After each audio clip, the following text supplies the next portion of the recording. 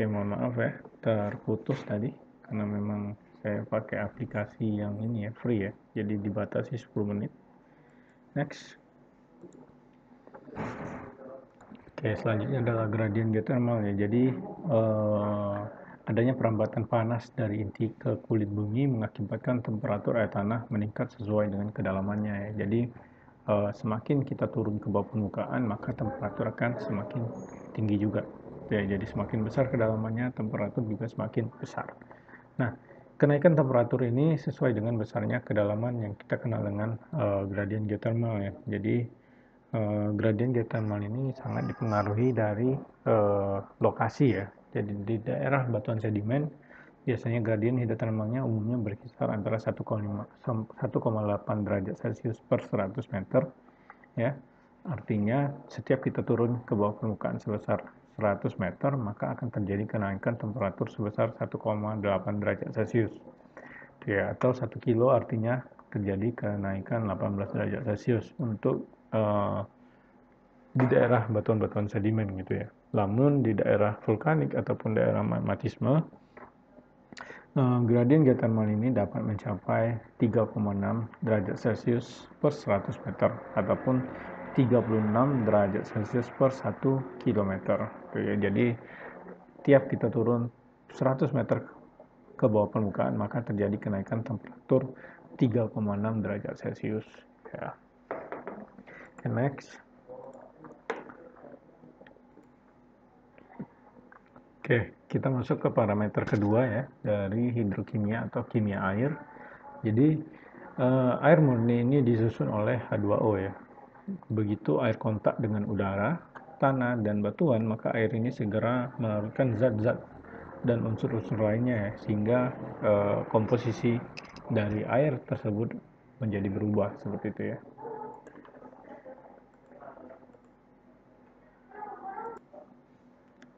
Oke, untuk faktor hidrokimia ini ya sangat dipengaruhi oleh pertama itu komposisi mineralogi batuan akuifer ya, dan juga dari aktivitas manusia. Nah, mungkin dari komposisi mineralogi batuan akuifer, mungkin kita ambil contoh dari batuan metamorf gitu ya. Untuk batuan-batuan metamorf seperti marmer gitu ya, dia akan menyebabkan efek kepada air tanah itu akan memiliki tingkat kesadaran yang tinggi seperti itu ya.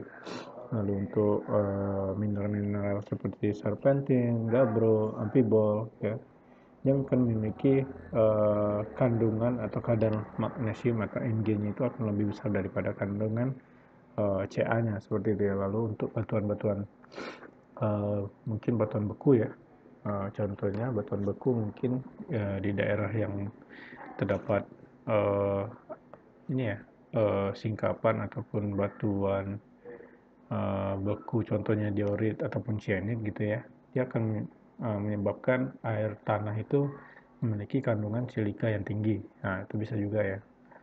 Lalu dari batuan sedimen gitu ya, contohnya batuan serpi ya, dia kadar besi ya, atau Fe dan fluoridnya itu cukup tinggi ya, karena akan menghasilkan nilai pH yang rendah seperti itu ya, atau asam. Lalu untuk batu gamping gitu ya, dia memiliki kadar silika yang rendah, namun kandungan Ca dan Mg ya melimpah ya, sehingga menyebabkan pH-nya itu cenderung basa atau lebih besar dari 7 ya. Nah, tuh. Kalau batu pasir dia ini ya beragam ya, nggak selalu asam, nggak selalu basa, tuh bisa juga normal gitu ya. Lalu dari aktivitas manusia bisa jadi dari limbah pabrik ya, ataupun dari ini ya, dari MCK ya, bisa jadi dari mandi cuci kakus gitu ya. Oke, next. Nah, ini sudah ya. Nah, ini adalah memang mineral-mineral yang pada umumnya ada di aquifer ya. Yang pertama itu adalah plagioclase, potassium feldspar, lalu mineral mafic itu ada olivine, pyroxene, amphibol, dan biotit seperti itu ya. Next. Oke, lanjut nih, keberadaan zat padat ataupun solid di dalam air ya, dapat berupa yang pertama itu bisa berupa larutan, dan juga bisa berupa suspensi ya, dimana kalau larutan contohnya itu mungkin ion-ion gitu ya, dimana ionnya ada ion uh, ada dua ya, ada kation dan anion ya, dimana kation ini adalah atom ataupun ion yang bermuatan listrik positif ya. Kalau anion itu adalah atom yang bermuatan listrik negatif ya. Contohnya untuk kationnya ada Ca, Mg, Na, K, dan Fe ya. Lalu anion itu ada HCO3, Cl, dan SO4. Nah, kalau suspensi itu contohnya itu adalah koloid ya, dan juga butiran-butiran yang lebih besar gitu ya. Bisa pasir, lempung, dan lain-lain gitu ya. Next.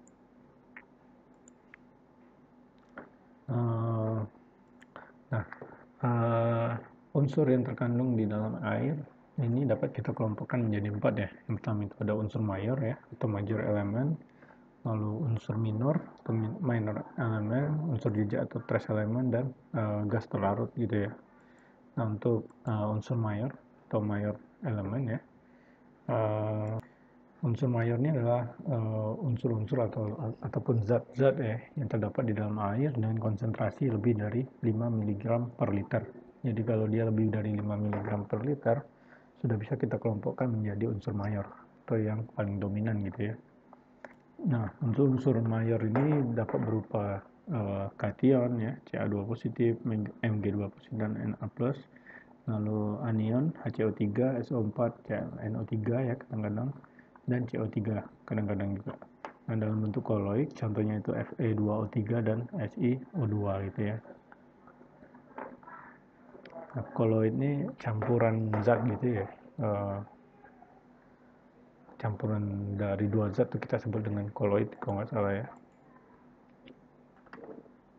Nah, unsur minor ya, unsur minor ini dia memiliki konsentrasinya itu range-nya antara 0,01 sampai 5 mg per liter ya. Contohnya itu ada K, Al, Mn, NO, PO, dan F. Itu. Next. Nah, ini untuk trace element atau unsur jejaknya, dia memiliki konsentrasi kecil dari 0,01 mg ya per liter. Di mana contohnya itu adalah Hg, Pb, Cu, Zn, Ni, I, As, dan lain-lainnya. Nah, unsur-unsur ini pada umumnya merupakan logam berat ya, meskipun konsentrasinya sangat kecil, tapi kehadirannya mempunyai arti yang penting ya, dan juga membayangkan. Nah, adanya logam berat acap kali dikaitkan dengan adanya pencemaran dari limbah industri, itu ya, karena memang naturalnya air itu tidak memiliki kandungan kimia seperti ini secara alami, itu ya.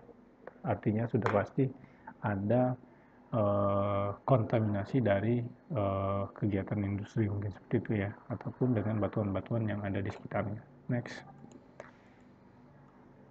Lalu yang terakhir ya, unsur gas itu ada CO2, O2, N2, dan lain-lainnya. Nah, ketika terjadi hujan, air yang bergerak di udara melakukan gas-gas yang dilewatinya ya, dan bersentuhan dengannya, sehingga penglarutan dialami pula oleh udara yang terdapat di dalam tanah ataupun batuan, seperti itu ya.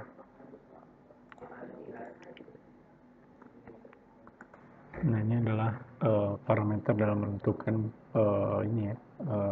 kimia air ya, yang itu adalah kesadahan ataupun hardness ya. Kesadahan air ditentukan oleh jumlah kandungan ion logam bervalensi 2 ya, yang bereaksi dengan sabun ataupun membentuk endapan gitu ya. Nah, kesadahan adalah jumlah konsentrasi dari